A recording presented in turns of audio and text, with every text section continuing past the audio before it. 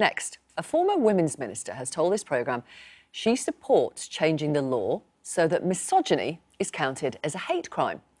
Jo Swinson, who's the deputy leader of the Liberal Democrats, says she's going to work towards widening the hate crime definition so that misogyny, which is defined as a hatred or prejudice towards women, is included. There are currently 5 types of hate crimes legally recognised by all police forces. They are disability, gender, race or ethnicity, religion, and sexual orientation. So do you think misogyny should be added to that list? Let's introduce Jo Swinson then, Deputy Leader of the Lib Dems, as I said, and former Minister for Women and Equalities. We can also speak to Paul Giannassi, who is from the National Police Chiefs Council and oversees hate crime. Sam Smethers is Chief Executive of the Fawcett Society, which campaigns for gender equality and women's rights. And we were also due to speak to a campaigner who was opposed to misogyny being part of hate crime, but she has decided not to join us after all. Not to worry. Hello, good morning, everybody. Thank you very much for coming on the programme. OK, so what do you want to see change and why? Well, at the moment, as you say, there's 5 types of hate crime, but that doesn't include gender and misogyny. It's gender identity, so trans people are covered, but hate crime that is directed at you because you happen to be a woman, and there are many crimes that are exacerbated and directed at women just for going about their daily business. For schoolgirls walking to school, getting leered at, getting shouted at, that kind of harassment is happening on an everyday basis. And we've seen some of that being called out with the campaigns like Me Too. But we also know, I mean, you know, all of us women on the panel here, we've all experienced it, the women working in this programme, the women watching at home. Most women have experienced some kind of harassment in their daily life at some point. And it's about saying, this is not acceptable. This is not OK. Many of these things might be crimes anyway, but actually, do people report it? Do people feel that they'll be treated or dismissed, treated as if they're being silly? And what we've seen actually is there's 3 police forces in England that have started to count hate crimes, including misogyny. It was started in Nottinghamshire, now North Yorkshire, and even in Somerset have done so as well. And I think it's time that that's extended more widely across the board. As you say, though, many of these are crimes anyway. Some of them, anyway, are crimes. So what is the point of defining it as a hate crime? Well, there's 2 main reasons. One is to gather more information. So the reason that Nottinghamshire decided to do this is because they recognised there was a real problem with underreporting.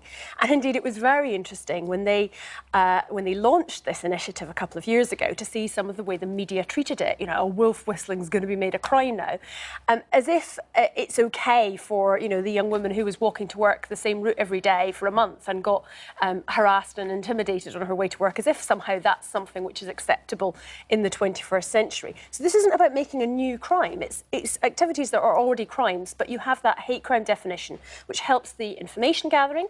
It also encourages reporting, and it means that the police can have more intelligence about where this is happening, when it increases, what they can do about it, and ultimately it can also have an impact on sentencing too. And this is already recognised, as I say, for other issues like, you know, crimes of anti-Semitism, religious, race crime being seen as hate crimes. And I just think it's strange that you know, one of the largest areas where this happens is in the way in which women are treated. We know there's a real problem with violence against women, and at this end, there's just a lack of confidence that women have that this will be taken seriously.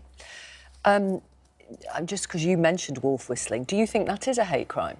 Well, I think when someone is being intimidated, then it is. I mean, the Chief Constable of Nottinghamshire, I think, summed it up very well when she said, you know, there's a big difference between somebody saying, can I buy you a drink, and somebody shouting at you, do you want some cock? Now, I apologise for using that language on, you know, a programme at this time in the morning, but that's the point. If it's not something which would be acceptable to say on your show, why is it acceptable to shout that at a 15-year-old girl on her way to school? It's not. Let's talk about some more examples. I mean, let me see what you all think about these. Looking up a woman's skirt, do you think that should be a hate crime? Well, we've certainly reported last week that upskirting should be made legal, specifically.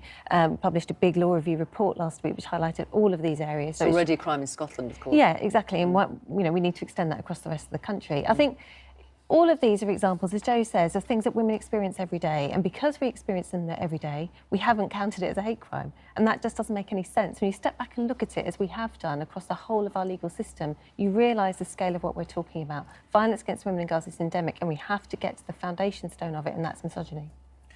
Some say, of course, violence against women and girls is so serious. Actually, this detracts from rape, domestic abuse, coercive control. It doesn't, and all the campaigners, I mean, Jo and others in Parliament, for example, who are strong campaigners on those issues, are supporting what we're saying here. They're backing us up. It's all part of the same picture, and we have to start taking it seriously. Let me bring in yourself, Paul, from the National Police Chiefs Council. Do you know if people are actually coming forward to report cases of misogyny as a hate crime in Nottingham? So the issue of hate crime, we've had our shared definition of hate crime since 2007. And we consulted on whether certain types of misogyny should be included. There were people who argued that all domestic violence per se was gender-based hostility. And there was a consultation around at the time. And the sense taken then was that there wasn't necessarily a need to include it in the strategy because the commitment to dealing with sexual violence and domestic violence was so strong that actually it wasn't necessary.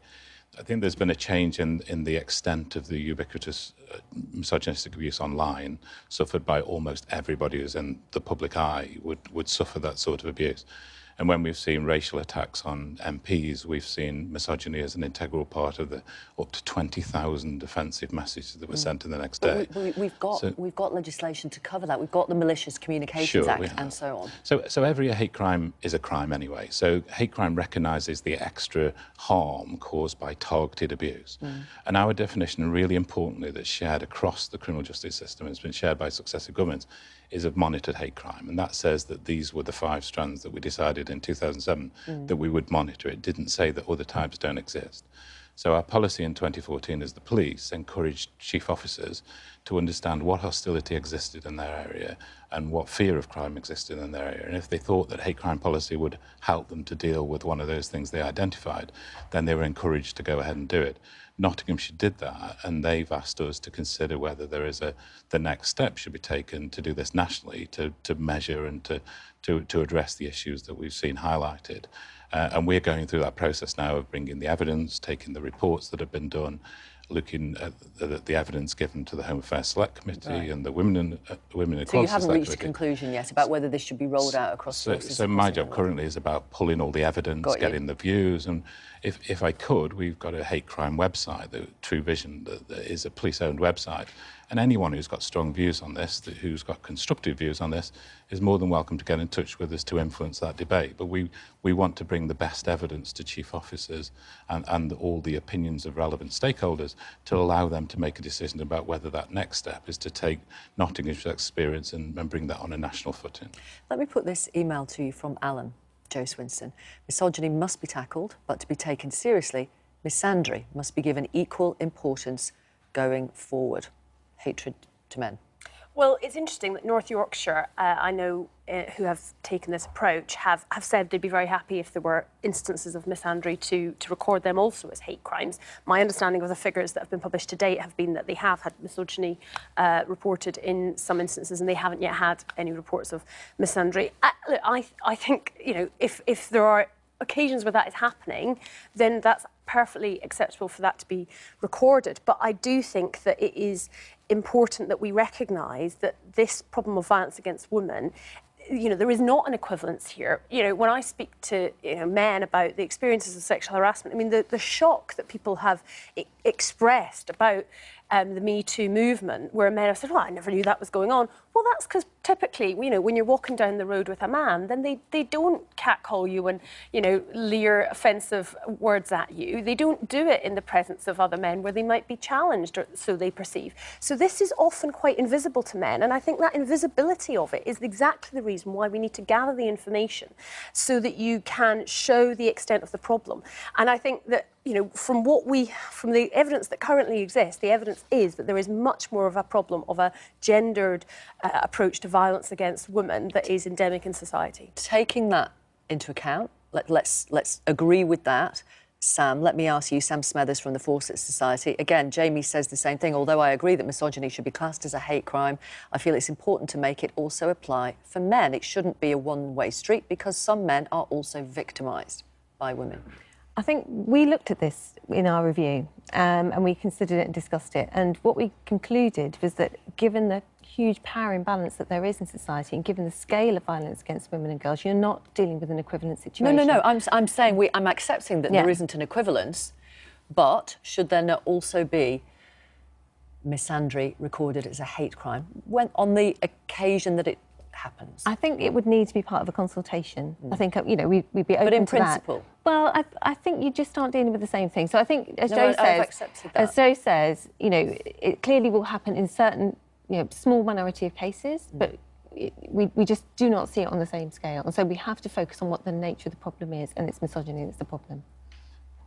If I could just add, sexual orientation hate crime would cover heterosexuals being attacked by gay men. We don't experience it as a problem, but the law applies to it. The law is applied on a human rights footing, and this is about all of our rights to be free to live our lives free from targeted abuse. And sometimes we have to do more for people who are more affected by hate crime, more susceptible or more targeted. So one of the issues about the consultation will be that issue about should it be gender or sex, or should it be misogyny. Either way, this is about human rights. It's about a right for everybody to live their life with equal protection. Okay, thank you all. Thank you very much for coming on the programme. Thank you.